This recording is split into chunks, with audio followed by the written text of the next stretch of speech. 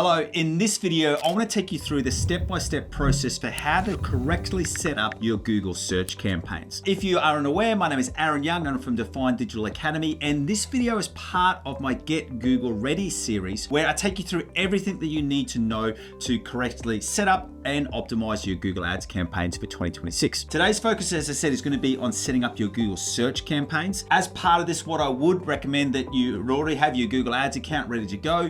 You've already set up your conversion tracking, or you can do this after. And then you've also got your keyword research and ad copy ready to go. And if you missed any of these videos, don't worry, we've got them all on a playlist where I can show you where you can watch all of those.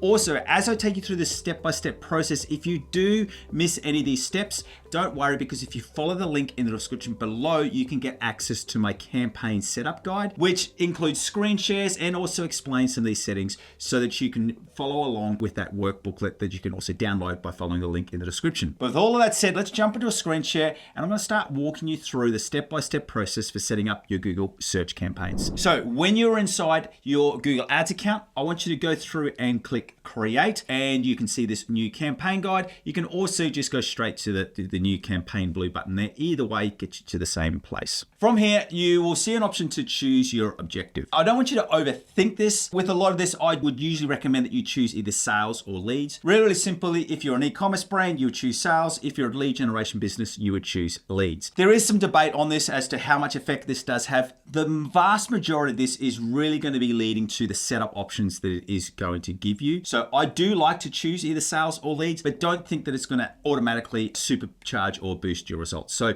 in this case, because the example I am giving for a setup is going to be for an e-commerce brand, we are going to collect sales. And then you've got options to select your campaign type. Obviously, we're going to go through and choose search. And then it comes to an option to select the ways you'd like to reach your goal. If you've already got some purchase goals set up, you will see some different options there. You can add your conversion settings later. So we're just going to add in website visits to start with. Once again, you can put in your website, but in this case, we're just going to go through and continue this. Reason being is because we are in a testing training account here. As you can see through here, it'll give you an option. We're going to click purchase. If you don't have that set up, don't worry, because as I said, you can set that up at a later date. When it comes to choosing your campaign name, what I like to do with campaign name is I like to include something which I call naming convention. No one external is going to see this campaign name, but especially if you're going to be setting up more campaigns down the track, I like to have a really strong naming convention. So because this is going to be for a campaign which is targeting our sales and targeting Australia, we would write something like sales Australia, use a tag there. And then I also like to put the type of campaign that's there. Once again, that just really helps it when I'm quickly going through and doing my reviewing. Plus down the track, if you want to export any of this reporting into like Looker Studio or Google Sheets, you know, really quickly, rather than just saying sales 1 or campaign 1. I do recommend that you turn on enhanced conversions for your account, and then you go through and click agree and continue. When you're starting, I still recommend to focus on clicks to start.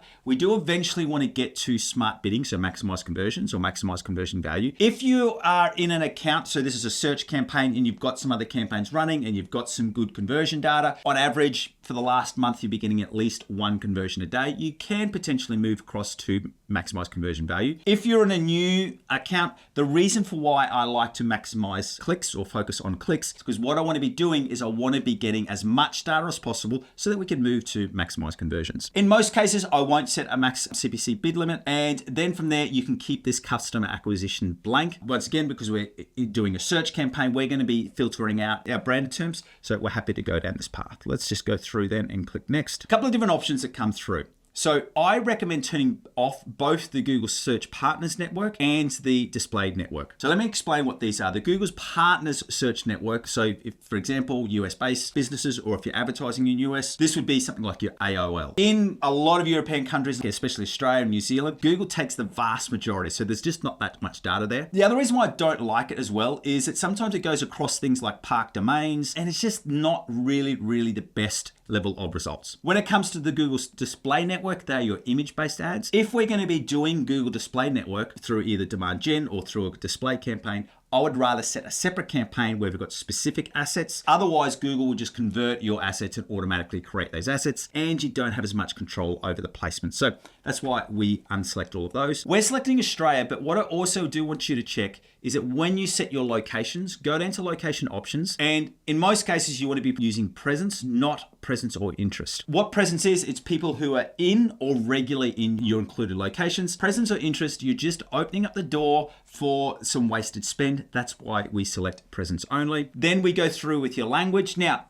this is probably especially true for some European or even some Asian-based countries where there's two main core languages. I am a big believer in having one language type per campaign. We have done it in some previous cases where we did some campaigns in Indonesia. We had two separate campaigns, an English-speaking campaign and an Indonesian-speaking campaign. Main reason for that is because the ad copy doesn't get translated, so I'd rather keep it that way. And then you're seeing this EU warning coming up. We're going to say no. And then when it comes to audience segments, I do recommend that you do start with some audience segments. Now, the reason why I like adding in some audience segments, we just want to be using the observation method, is because we're going to then get that data. So especially if we start going down the path of going down some YouTube campaigns or demand gen campaigns, we can see some audience data with that we can use for that. If we don't share this, Google doesn't give us as much data. So that's why I especially like to put things in like the detailed demographics. And this is especially true if you are dealing in any products where you know that certain parent groups or certain age groups would purchase, homeowners and renters, and also in the employment sections. And then from there, you can put in some what you think would be audience specific. This is a toothpaste brand that we're setting up the campaign for. So you put some things in which are in and around related segments. As I said from here, at this stage, don't get too caught up in this. This is a brand new campaign. I like to start with about 20 or 30 audiences, and then we're going to be adding these later down the track. And it's purely much just very much set at your observation or targeting level. Because this is a new account, you won't have any data, but obviously down the track, you can also include your website visitors. So you can do remarketing and retargeting, but that's something we're going to be looking at down the track. All right, now let's go into the more settings section, and I'll just go through and explain some of these. When it comes to ad rotation, I keep this on to optimize. Now, this used to be more important, especially when we were doing a lot of split testing. As you'll see when I show you the optimization part of this series, you can actually get all of the headline data at the actual ad level. So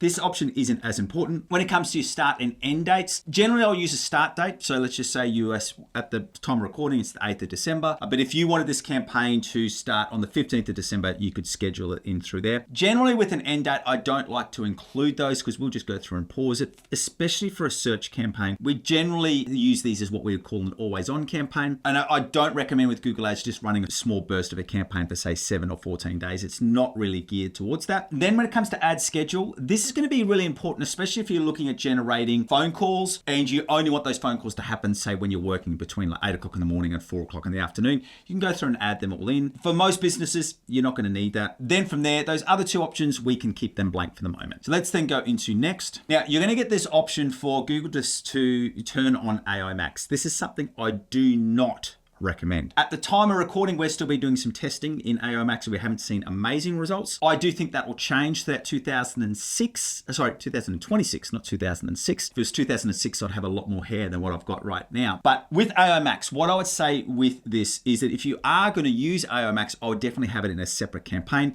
It's a whole nother discussion, but at the moment, I like to keep AI Max separate from my general search campaigns. Then we go through and click next. Now from here, you're going to get into what's called the keyword and asset generation. This is where Google can automatically set it up for you.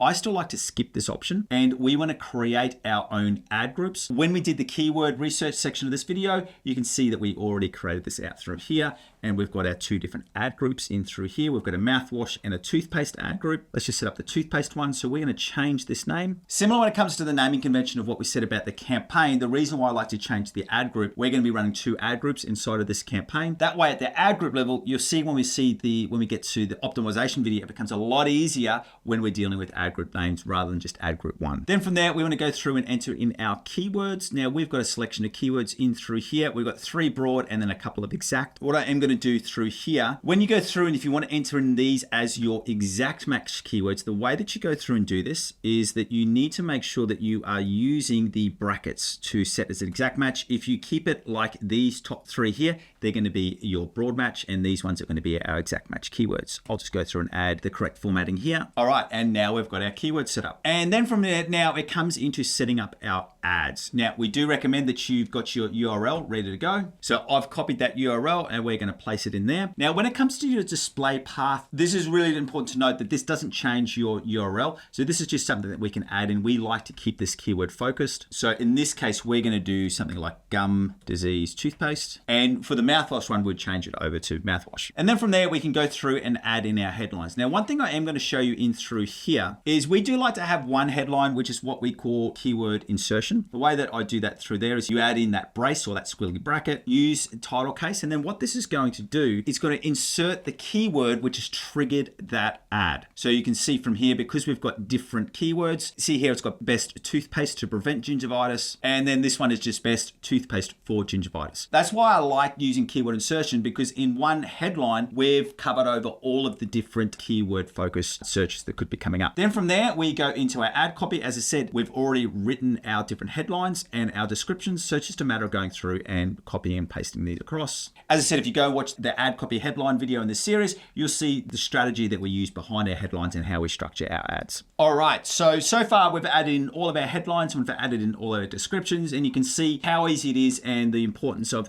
doing your keyword research and also doing your ad copy before you come to the campaign setup. It just makes things a lot easier and quicker. And then from there, you can go through and if you want to, you can add in your business name and logo, and then also add in the site links. Now, I won't go through and add in these site links now, but I do really recommend you adding in the site links, and let me explain how these work. What the site links do, I really like them for two reasons. One, especially if you're selling multiple products. So in this case, we're selling toothpaste, but then we're also selling mouthwash. We can have our site link tanks for mouthwash to take us through to another part of our website. Also too, you can put in some information like customer reviews or our story, giving people extra room to click. The other reason why I like it, and this is probably one that is not really spoken about enough, is that I really like the fact that it makes your ads appear bigger. Takes up more real estate space, especially on the mobile phones. You can sometimes take a good part of that initial scroll or initial part of the feed, set up with site links. Call outs are another great asset where you can basically go through and add in some extra information here. Things like,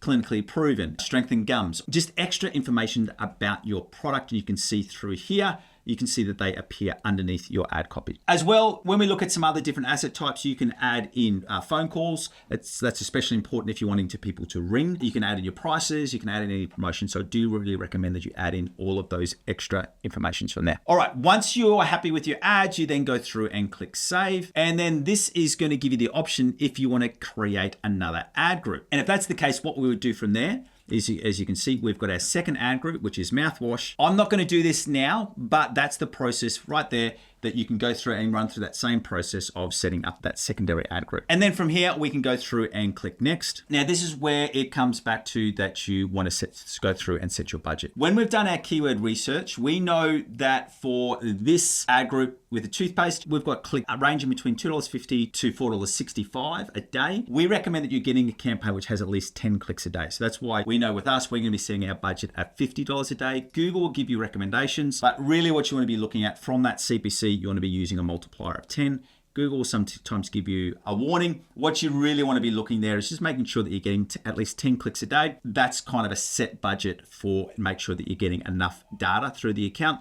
Obviously, you want to get more clicks, but that's a good starting point. Then from there, you can go through and click next. All right, and what Google is doing now is going through and checking for some errors. And then once Google has gone through and checked all those errors, you'll get the screen where Google says it's ready to publish. And then you can go through and click Publish Campaign, and congratulations, you've now set up your very first Google search campaign. Hey, thank you so much for joining me. Remember that if you did miss any of those steps, make sure you follow that link in the description below so you can get my search campaign setup guide. Also, if you haven't done this yet already, make sure you subscribe and also turn on that notification bell so that you don't miss any of these videos that's coming up in the Get Google Ready series. And if you want to make sure that you are 100% ready to see the best success with Google Ads in 2026, make sure you go through and watch this playlist right here. See you next time.